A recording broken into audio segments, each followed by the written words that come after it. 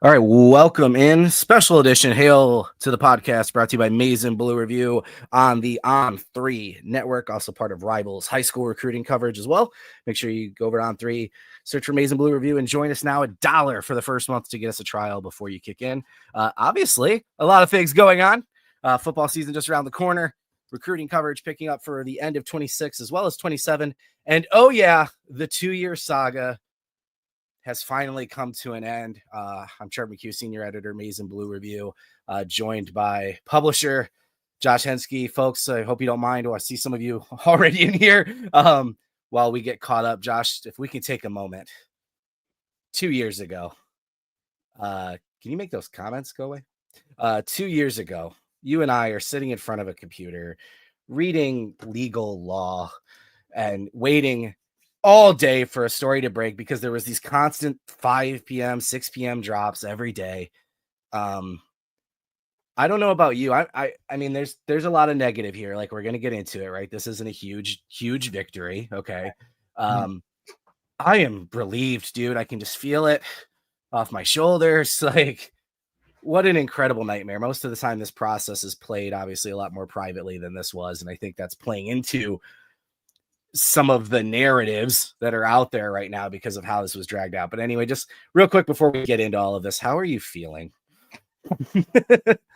Oh man. Like a 10-ton gorilla just jumped off my back. Yeah, I mean, this thing has been, as you said, 2-year ordeal. I can't even imagine, how the fans were feeling because, some may not know what's going on behind the scenes like we do, which kind of helped ease our concerns and what the future holds. So, it was easy for us to kind of compartmentalize stuff, but I mean, it's hard to even imagine that this thing is done. It's just been, your little partner that's just been lingering around with you for 2 whole years. And you can't even talk about recruiting without it coming up. I mean, it's just been there. Yeah, it's just been a consistent thing, and now it's not. I'm almost gonna miss it. Not really, just kidding. But gross. Yeah, just a lot with you, just relief. I mean, it's still, the punishments are great. I mean, the whole situation's not great. Optics aren't great, but all things considered, how this was first, I guess, constructed when it first released, you'd think that, the world was ending and this program would cease to exist. But nope, it's, they are what they are. It is what it is. And we're back, baby. It is what it is already. Can finally move forward and focus on some football without having this lingering in the background of the conversation. Absolutely. Look, I'm not shocked. I think, and this isn't us trying to pat ourselves on the back here, that this is what we've expected for 2 years. We've been talking record-setting fine, recruiting restrictions, show causes for Jim and Connor. Honestly, you didn't need our reporting for that. The national guys, as soon as they saw the NOA draft, as soon as they saw Michigan's response, this is what they've been saying. The NCAA, I'm not shocked that their language in the report and some things that are putting out there are harsher. We knew they were much more upset about this than the Big Ten was, right? The Big Ten felt, hey, we did a 3-game suspension of Harbaugh. This was a sportsmanship violation, a gross, egregious exploitation of a gray rule. And the NCAA obviously has this harsher language, but the punishments don't match up because of their own bylaws, right? They're not going to make things up as they go. So we can get into all of that. And I know there's a lot of questions, so we'll try and get through this. So I do want to pull this up. We'll just break it down real quick. Some of the penalties. Again, as far as the fine goes, part of the reason it's record setting is because Michigan makes a lot of money, right? The COI template for this is just a formula: $50,000 fine, 10% of the budget for the football program. So a smaller school, it's a smaller fine. That's why it's such a significantly high number, is because that's the guideline in the COI for the fine. Anticipated loss of postseason revenue. I thought that was kind of weird. Because again, it's just, I think they put that in there because they didn't do a postseason ban, and that was their way of being like, yeah, but at least they won't get the money from it, right? I don't know. I thought that was a weird thing to add in there because it has absolutely nothing to do with it. Fine equivalent of 10% of the scholarships. Again, the recruiting restrictions we knew weren't going to be scholarships, because what is a scholarship in this modern era of college football, right? So 14-week prohibition on recruiting communications during the probation period. So over the 4 years, I think I saw somebody had this question. Yep, right here. I should have left that up longer. I apologize. Over the 4-year probation, they'll have like we saw earlier in the season, that kind of dead period that Michigan self-imposed.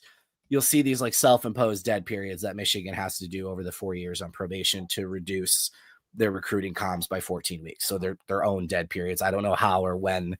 I don't know if we'll ever know, other than it'll be obvious that they're not talking to people. And then the OVs, we expected that as well, a restriction on the amount of official visits and such. Stalions, 8-year show cause order, not the lifetime ban that I think some people were expecting. I will say, in terms of the NCAA's report, let's pause on this and I can get your thoughts. They continue to talk about the number of games and these instances of advanced scouting based on ticket purchases, but not evidence of games attended. Right? Like, I think that really blows, like 56 instances of off-campus scouting. Like, oh, he bought all these tickets, but he said multiple times, like, he sold a lot of these off and they didn't necessarily go. I don't know we'll ever see all the evidence. And part of that, again, to be fair, Stalions' level of non-compliance as far as it's detailed in this. Look, it's not pretty, dude. Like throwing your phone in a pond and destroying stuff, right?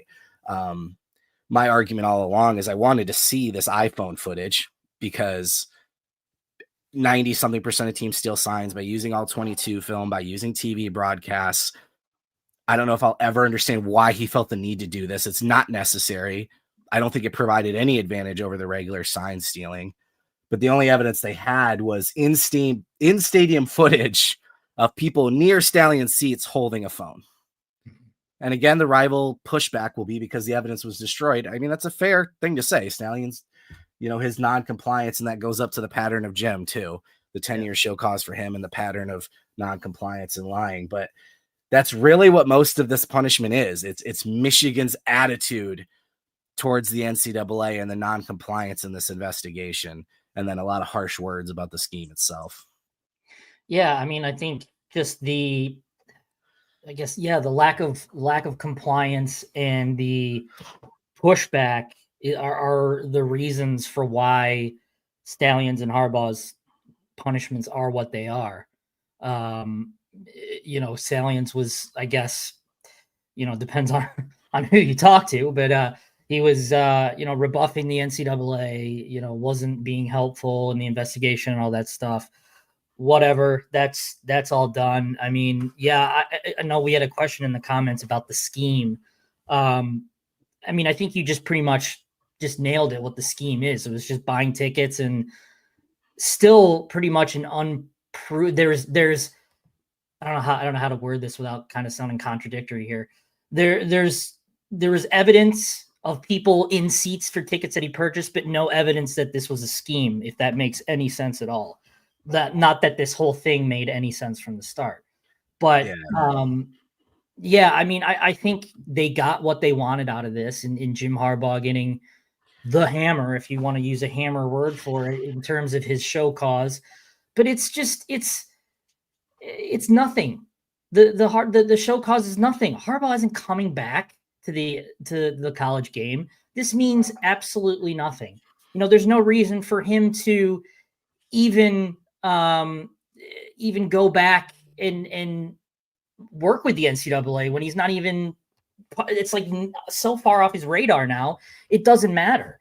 So again, it's just, they got what they wanted. They got their pound of flesh here in terms of the money and punishing those that they think need to be punished. But there's no evidence that anyone knew of this scheme outside of Connor. Does that mean that they at a higher level. Yeah, at a higher level. Does that mean that he used apparently some lower level staff, right? That they have evidence that went to some of these games, but right. Does that mean that that everyone was truly ignorant on what was happening behind the scenes? I don't know. I don't care. All that matters is that they did not have evidence linking anyone to this thing, and that's probably the main reason why these punishments are what they are.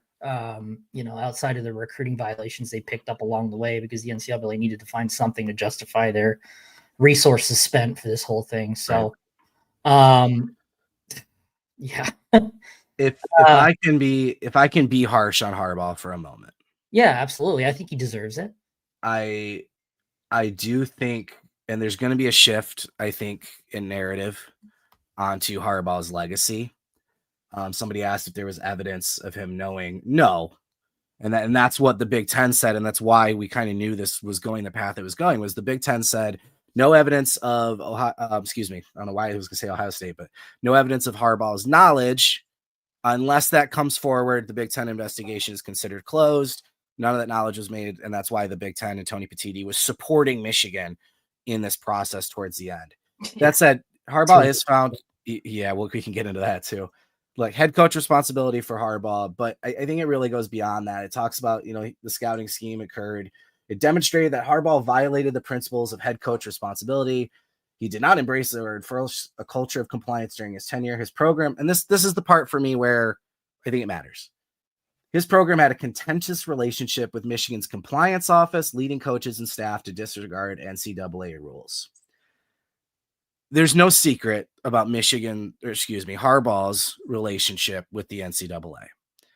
And the things he challenged on, he was right? The transfer portal, he was one of the first coaches to talk about. Paying players in general, one of the first to talk about. NIL and the whole system, one of the first to talk about. It's all true. But there's a reason Sherrone Moore doubled the staff in terms of compliance when he took over this job, right? And going back to even Matt Dudek, right?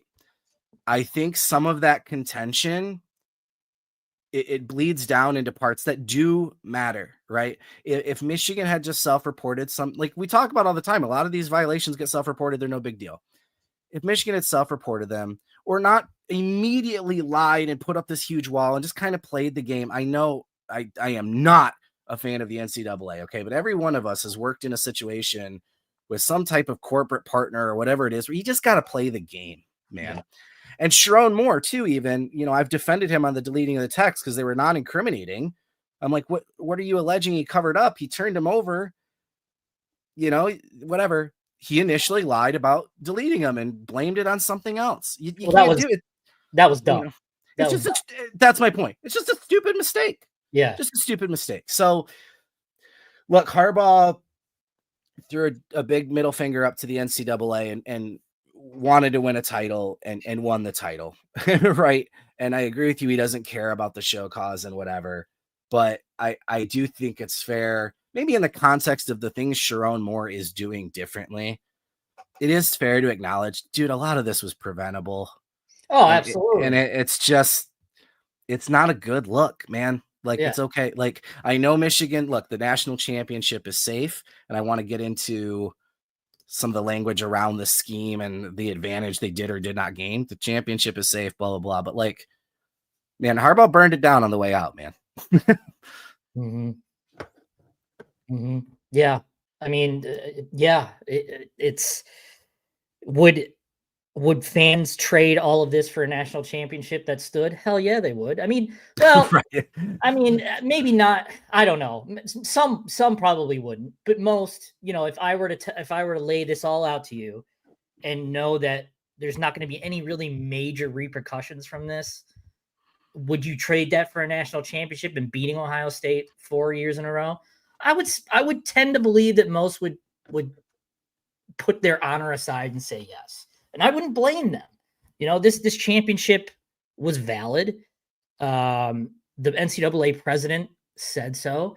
And I think that comment alone really screwed the NCAA from an investigation standpoint too, because they can't do anything that goes against what the president said, because Michigan now has all of the bargaining power in their hands in terms of fighting anything, any bans or vacating, which would never have happened anyway. So this whole thing, yeah, it would have been preventable. I think to your point of Sherrone expanding, the recruiting department, the compliance department and stuff. Would he have done this if this didn't happen? I don't know. And I don't know if he'd even be head coach right now if this didn't happen. If it's hard to play the what if game. Yeah. But a lot of this, I guess, had to happen, or not had to, but a lot of this happened to get where we are today. And if anything was different, would we be right here, right now, talking about an intact national championship? I don't know. It's this is mostly an optics thing. It's which we've talked. Michigan's been losing the PR optics battle from the get go on this thing. That's not new, right? Yeah, no, they have, and now there's really no point of even trying to win the PR battle with this thing. I mean, the punishments are what they are. Just move on and pay the fine with gritted teeth. Yeah, I mean, the national championship's intact. The rival fans are in shambles, and you call that a win and move on. And time will heal this. Yeah, make fun of the Hammers all that you can. This is going to, we were talking in a group chat the other night, me and a few folks putting this together. The Astros, like their level of in-game cheating and how that, Bill Belichick, the Spygate, Deflategate, Tom Brady, like the stuff will move on because more scandals have come out. Obviously, I think we're now going to finally start to hear more about the how we got here and other people involved on the back end of this, and the this third party and blah blah blah, all of that stuff hopefully starts to come out. But for me, again, with the language of the report, and this is the only part I'm going to push back on a little bit, where I felt the NCAA again is really angry about this, right? But the true scope and scale of the scheme involving including the competitive advantage it conferred will never be known to individuals' intentional destruction and withholding of materials and information. Agree with the destruction, not acceptable. That's why they got the penalties they got. You were going to throw this rule away 2 years ago, and if not for some bureaucratic BS, it would have been thrown out. This rule is outdated. There's loopholes and gray area in it, and that's why Connor tried to expose it. It's from 1994. When programs used to have to pay people to go and record games, and the lower programs couldn't afford to do it.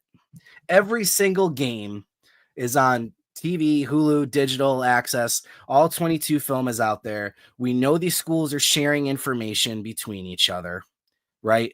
Connor has exposed a lot of that. It was reported on with Clemson a few years ago. We've posted, it's been out there. Nobody seems to care because it's against whatever. Ohio State had every one of Don Brown's signs in 2018, right?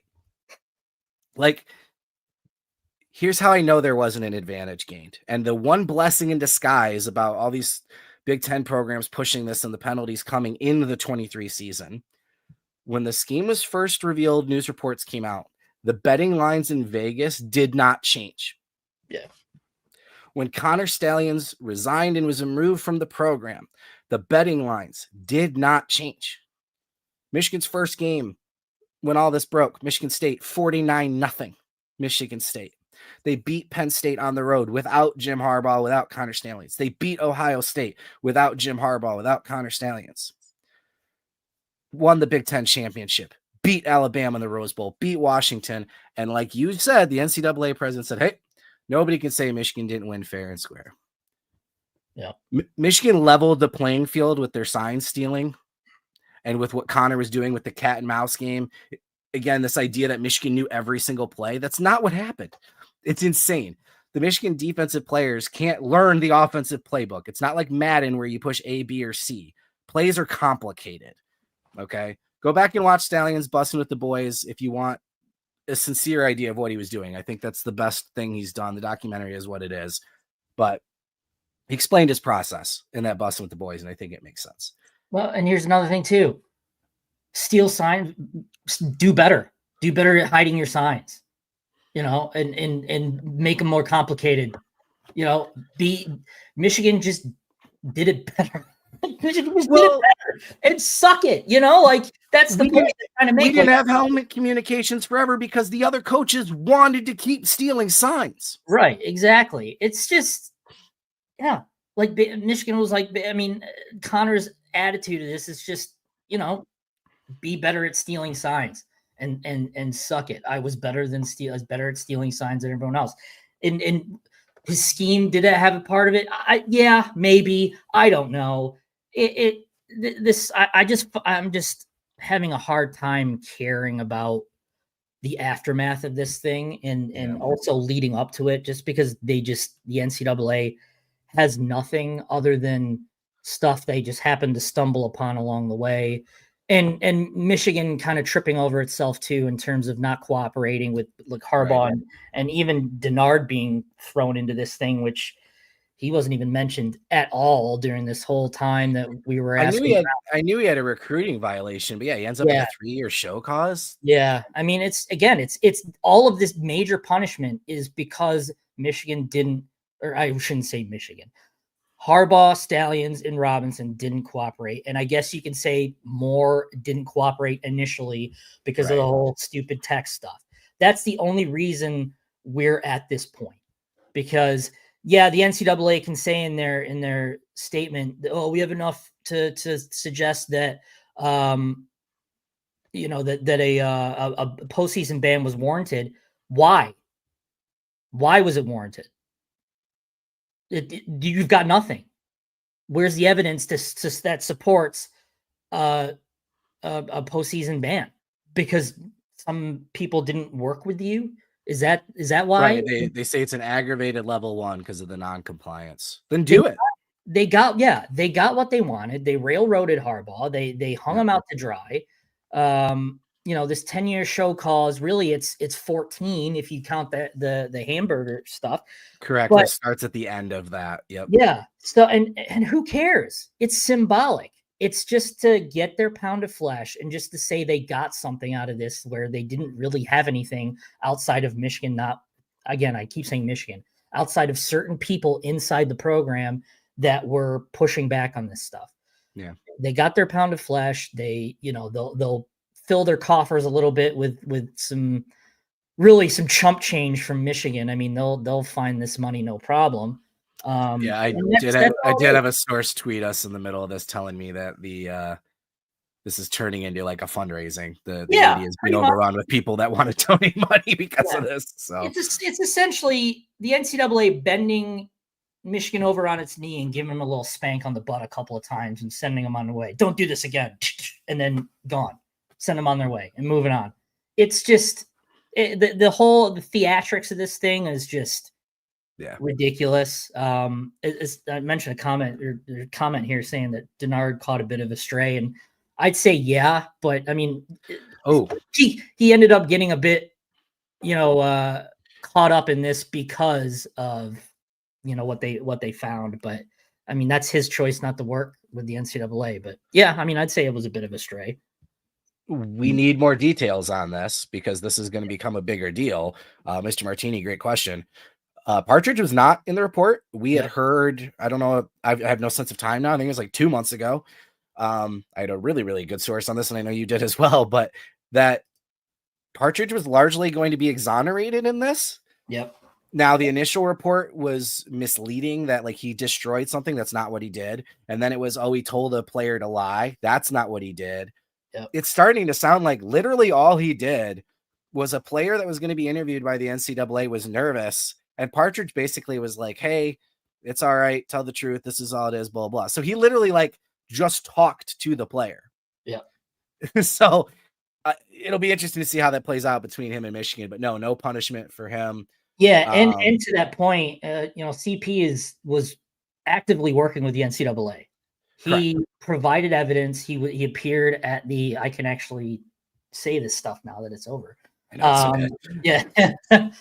He appeared at the hearing and provided evidence that basically conflicted everything that the NCAA had. So I think he was mentioned in the report, but not in regards to punishments or anything like that, which vibes a lot with what we've been hearing in terms of him being largely exonerated from this thing. And I think that, without the NCAA coming out and saying Chris Partridge is exonerated, him not being part of the punishments pretty much shows it right there. So and we know that was a big sticking point with Harbaugh too, because Michigan and the Big Ten are in the middle of this negotiation. It was going to be 2 games, and he was going to be back for Ohio State because obviously the TRO doesn't go through. Michigan beats Penn State, blah, blah, blah. And then this Partridge news comes out, and Michigan just says, fine. They fire Partridge, agree to the 3-game, and that was kind of like the end of the relationship with Jim and Michigan because he was really frustrated. Yeah. And again, with the NCAA in the building, I still think, whatever, but it's going to be interesting. Yeah, I feel for Partridge. I think he got a really raw deal. I believed it then, and I believe it now. I got blocked by Pete Thamel because of that. But all good comes from a negative thing here. I think he's in a better position now than he was at Michigan. He's in the NFL. He's got a not a coordinator position. He's got a position. He's a linebacker coach in the NFL. Doesn't have to worry about all this NCAA, college football crap. I think he's in a really good spot. I just think he got a raw deal, and it's revisionist history. But I think Michigan kind of turtled a little bit in regards to what they did with Partridge, considering the NCAA was in the building. But we don't know what evidence was presented at that time, and whatever. But real quick, because we have some other fans in here. Cole Marie, Ohio State fan, Buckeye fan here. I'm glad this is over. Sorry on behalf of the stupid fake outrage half of my fan base. Look, am I lying? Would Michigan not have the same thing? Oh yeah, it would have. Right, the same thing. Yeah, and to again, normally these stories aren't out there and so public, and there's this giant gap between things happening and a void of information. And anytime there's a big story with a void of information, there are opportunistic people looking to fill that void with bullshit and take advantage of people. And that's what happened. And that's why, in all this process where people are telling me, you're lying and blah, blah. I'm like, you don't have to believe me. I'm telling you stuff that's in public documents that national people are reporting, and not everything is a spy TV show where there's all these different elements and blah, blah, blah. Hey, Rip, sorry, dude. You don't need to be commenting every 10 seconds. That's why I muted you. There's plenty of people when you're trying to talk too. So, I want to shout out Carlito too. SEC guy. Awesome, reasonable fan you can have good football conversations with. Yeah, good dude. The last little bit I guess I wanted to say, because again with the narrative thing about this and how this is called cheating and not rule breaking and blah, blah, blah, and my frustration with the reporting is going to continue to be tampering. Let's start with tampering. Tampering is rule breaking, and it's rampant. And without naming players' names, because whatever, are you telling me that programs haven't benefited and won football games because of the players they tampered for? Right? Nothing is more important in college football than talent acquisition. And the NIL stuff comes out. There's still crazy violations happening with that. And tampering is rampant. And there's all these things happening that I think have a much larger impact on the game, because sign stealing is legal. You will never convince me that this iPhone footage was somehow more valuable. Again, why Connor did it, I have no idea. I think it was stupid. I think all this stuff is stupid. That's what I'm saying. I think what Michigan did was stupid, and lying was stupid, and destroying evidence was stupid. It's not why they won the national championship. Yep. And the NCAA trying to pretend they have teeth and that, we could have done a postseason ban. Nobody was stopping you. Yeah. Do it. You didn't do it because you can't. Right. Stop. That's like someone talking a big game and like on like Twitter or something like that. This might be my new favorite Ohio State fan in the world. Yeah, please come back every time, Cole. It's totally fine. But that's true. If the NCAA is in your building, you said this, and there's a microscope on you, they're going to find stuff. Don't give them stuff. Yeah. Yeah. They'll find stuff if they need to find stuff. And clearly they did,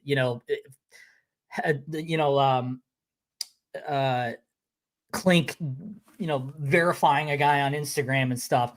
How the hell would anyone know that? I mean, A, that rule is dumb anyway. B, no one would know that unless you actually found something to, just find something to bitch about and complain about and point and be like, "Oh, look at this! You did something wrong. This is a no-no." It's the whole thing was just dumb. I guess throughout this whole process, I've just found it really hard to care, and I think it's helpful that we have people that we trust through this whole thing, and most importantly, people who are correct about this thing, and just the way that they were talking. I just really, even from the start when there really wasn't any information, no one was really that worried. It's just, I just find it really hard to, the NCAA has made public statements on this as recently as the summer of 2024, and how the shift in their punishment is to target individuals, not programs, and not affect student athletes that weren't involved. Right. And that's why when everybody was trying to bring up these examples, I'm like, I get it, but listen, this is what they've said. Harbaugh is going to get hammered because of the pattern of noncompliance. Stalions because of what he did. And I kept telling everyone over and over again, they're like, well, what about lack of institutional control? It's not in the NOA. Right. Michigan's level 1 was for a pattern of noncompliance. Yep. That was it. Yep. And, and they're like, oh, what about blah, blah? It's not in the NOA. Like, I don't know what to tell you. Well, the LOIC is an actual charge. It's not like something that they can just retroactively say, oh, this was lack of it needs to, it's a charge. Well, and the people that are like, oh, wait, that's coming. Like, no, you don't understand. The investigation's over. Like, if you want to make this like a legal comparison, which you can't, Cole's making the same argument. Like, there's no subpoena powder. You can't really put court into this. But look, there are people that thought that the investigation occurred, Michigan was charged, went through the grand jury, went through the trial, got the verdict, and was now awaiting sentencing, because that's where we were at this point. Yeah. It was over. We were just waiting for the sentencing, and they're still like, oh, but this is going to happen, and there's another this. No, it's over, guys. It's over, So I do want to Vince, yeah. I was going to bring up Vince's comment because I thought it was really good and it's worth it. I know. I'm looking forward to. Yes, thank you. Will the relationship of Jim ever be repaired? I'd like to see Jim getting his praise and flowers for everything he did. Yeah, does he deserve praise? Absolutely. I mean, he was going to come back for that first game until they realized what a shit show that was going to be. Right. I think right now this thing just needs time. It just needs time to develop and just get over. I don't think the relationship between Michigan and Jim is damaged beyond repair. I think both sides didn't do each other favors.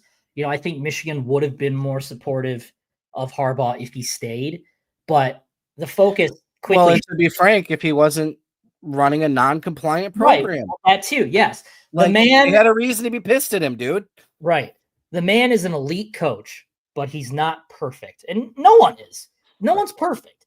The man is not infallible. He's not, completely protected from criticism. He deserves his criticism and he deserves his praise too. And it's that's going to be a weird dynamic for some fans moving forward.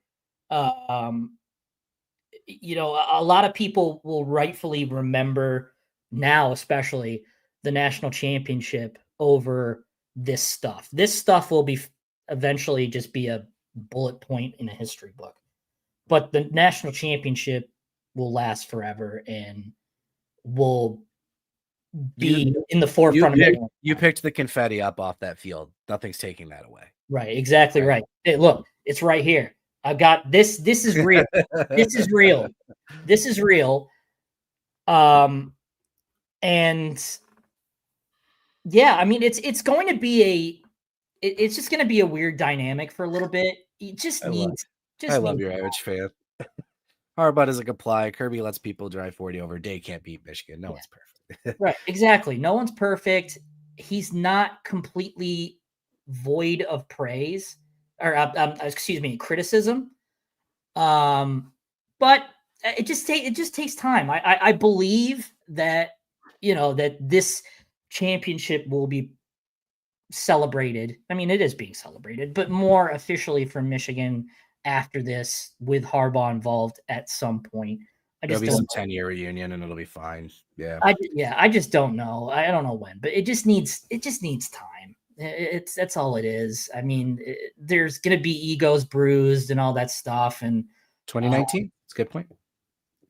So, I mean, just give it time. I don't think that, you know, this is just broken beyond repair, and neither side is going to come together again. I just think, just need that time to pass. Could be years, could be a decade down the line. Don't know. It's just going to take time. I'm going to answer one question, and then I'm going to ask you something, and I hope you're not mad at me for asking it, but it's asked a bunch, so we're going to stop ignoring it. First, real quick, but if Michigan makes the playoffs, no earnings the next 2 years, somebody had responded. This is kind of my point with where I feel like the NCAA used language to come off harsher. The fine is literally a COI structure. It's $50,000 plus 10% of the budget of the football program. They then put in some language that which equates to 2 years of postseason earnings to try and make it seem like there's some level of future postseason punishment. That's not what it is. It's the script writers. They released the script. Michigan's making the postseason the next 2 years. Just absolutely crazy. And the postseason money is a rev share. I don't even want to get into it.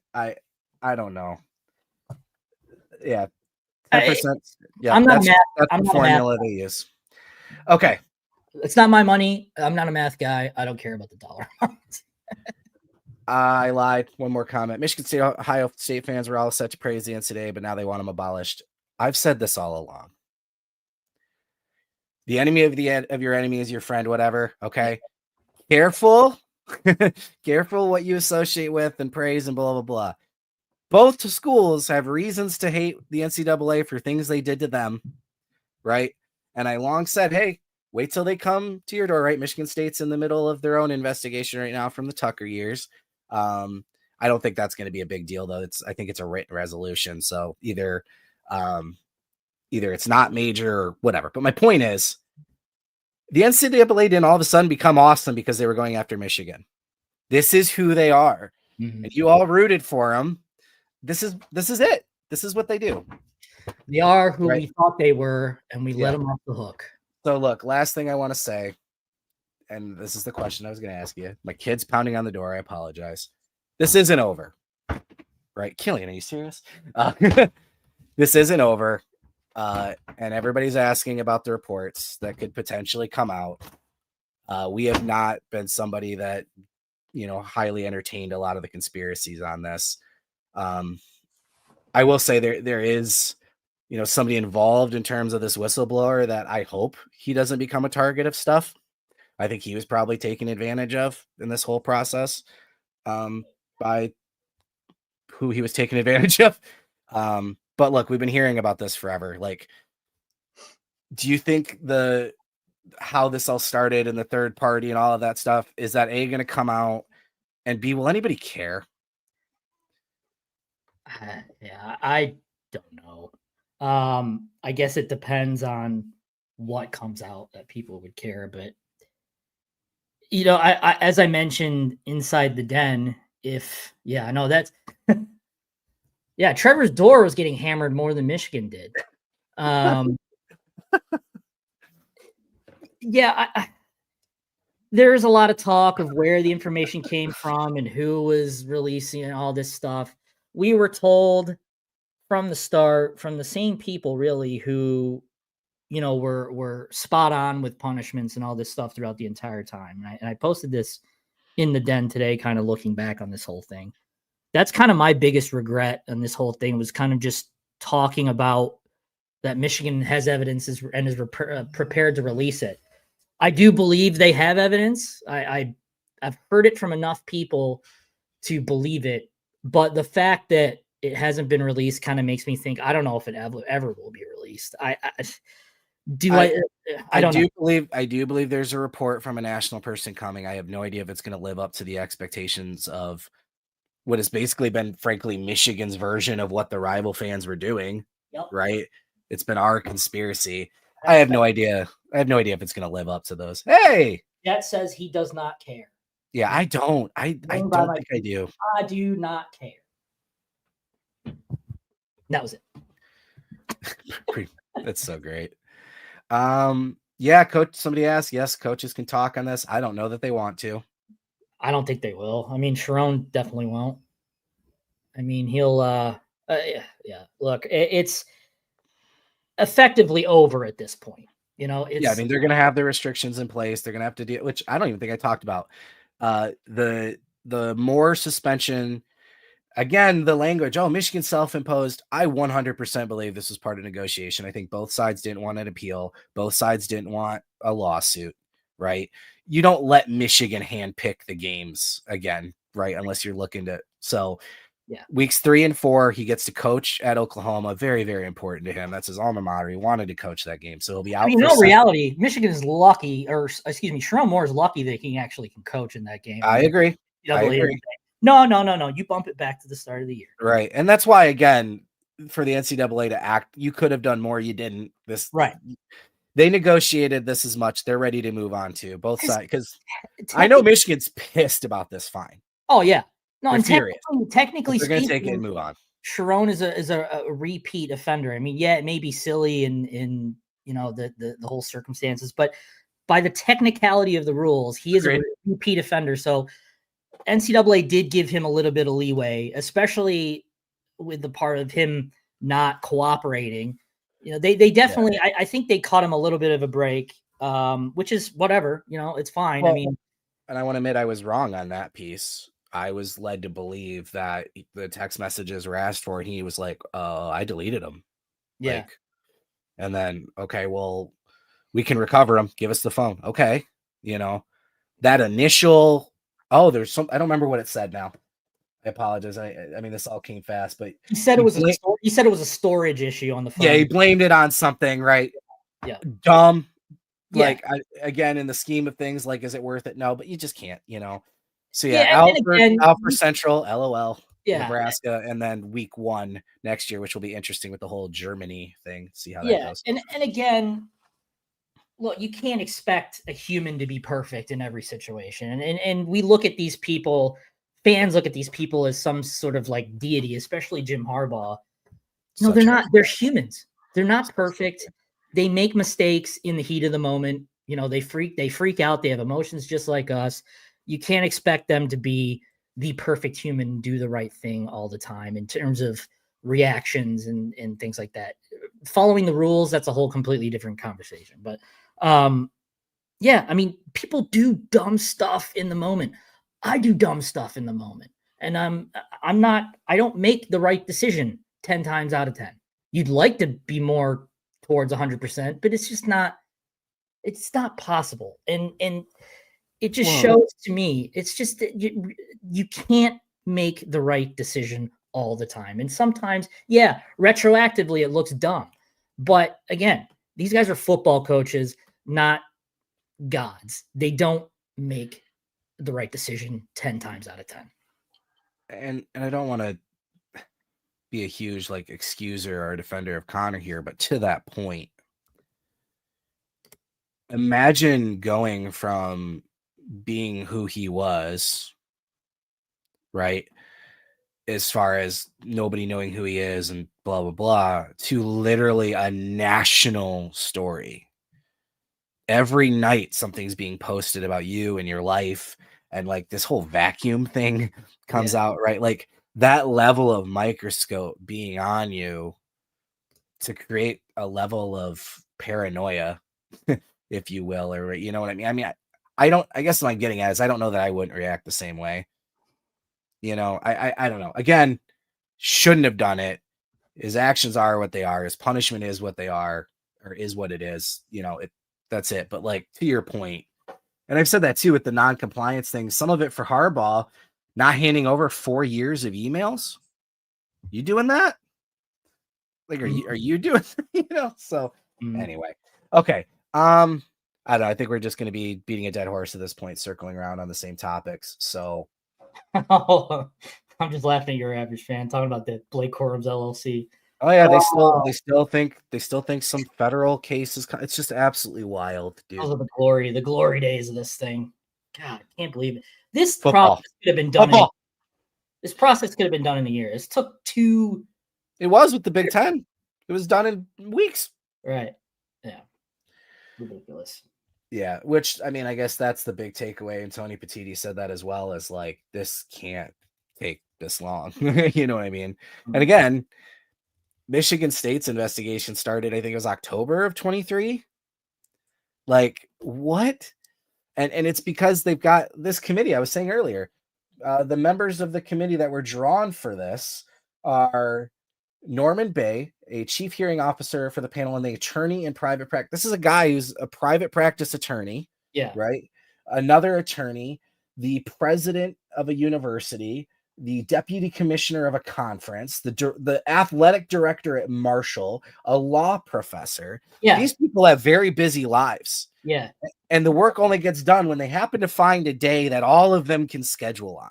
Right. Yeah. That's why this takes so long. They're essentially volunteers. It's what they are. They're not paid employees by the NCAA. They work in the NCAA in whatever, fashion and form and aspect of their well, besides the one private employee. But yeah, I mean, it's these guys are essentially volunteers who are not involved with the investigation. They only see what the investigation produced in terms of evidence and everything else, and that's done in the hearing. They don't see this beforehand. It's all done in the hearing, so everyone is just coming together really for the first time. So yeah, it's about where we thought it would be. I mean, there were some people who thought that Stalions' punishment was going to be less than it is, but I think it's right where it was supposed to be the whole time. And does the punishment fit the crime? That's a debate I'm not here for, and I don't really care for, because it's done. It's out of the way. It's done. Thankfully, mercifully, you can old yeller this thing. Take it out in the field and old yeller. Good Lord. I think the whole 2-year process just gave me the IDGAF meter was just gone whoop, whoop, whoop, just through the roof. I'm just glad it's done. It's done. I think this show is done. But what you're excited about is what I'm excited about, which is we can talk about football this year. Oh, yes. Yes. We can just talk about football without this cloud, and I'm so excited. And we're talking about football. We have been over at the Den, our message board community at Maize and Blue Review. Tons of viewers on this. I can't thank you guys enough. Those of you that have stuck around for the whole time. I see a lot of familiar names that are subscribers to Maize and Blue Review. If you're not, please join us. Now that we're on the On3 network, the amount of content and resources that are available to you guys as subscribers, it's just absolutely wild, and it keeps growing every day. Shannon Terry is on fire, and the people that continue to be brought into the fold. Josh Pate was the most recent one, and another big announcement's coming soon. He's on a legendary heater. It's really exciting for us to be a part of this. That's fantastic. That's comment of the day. maybe the hammer is the friends we made along the way. It doesn't get much better than we didn't that. make a lot of friends, especially down south, but that's okay. Maybe one day. All right. R.I.P. to my and sing Kumbaya around the fire at some point, but not today. NCAA said Stalions destroyed his phone. Yep, he did. Yeah. Apparently threw it in a pond. A pond. Somehow like the 11th most ridiculous thing. Nothing's going to top the vacuum. The picture of the vacuums on the porch. Thank you for the oh, I didn't even notice that. Yeah. Thank you for the donation, by the way. We appreciate that. Yeah, in a freaking pond. You can recover that still. It doesn't, you can get like, if the NCAA really wanted to be petty, they could be like, well, which pond did you put it in? And then they'll go get a dive team. Can you imagine the stuff? Like, you can still get information from something if you water damage it. So stupid. All right, we got to go. This God. We'll end on that. Circuit City reference, throw it in there. If you're listening back, magnet fishermen around Ann Arbor about to have to search for one. Yeah, seriously. If they find out what pond it is, you're gonna have people fishing with magnets. They're gonna have a gold mine of information. Oh, good Lord. All right, if you're listening back after the fact, thank you. But please head over to YouTube, like and subscribe, notification bells when we go live with this podcast, which will be back full time for the football season. Dennis, good afternoon. Oh, I didn't even change it. It says good afternoon, Michigan. I just noticed that. Sorry, we were locked in. This is a. I'm sure Dennis is going to go live today, so this is just a precursor. Yeah. Just advertise. We're just giving Dennis good advertising. Yeah, that's it. Yeah. So anyway, notification bells when we go live. And then again, head over to On3, Amazing Blue Review. Please give us a shot. And like I said, don't believe just me. You can ask the folks here in the comments and our subscribers online. The community they've built is what we're so proud of. So again, thank you guys for joining us. I don't know. Let's put this thing in the ground. So glad this is over. Let's talk football. Let's talk football. We're going to do it. Amazing Blue Review. Make sure you join us.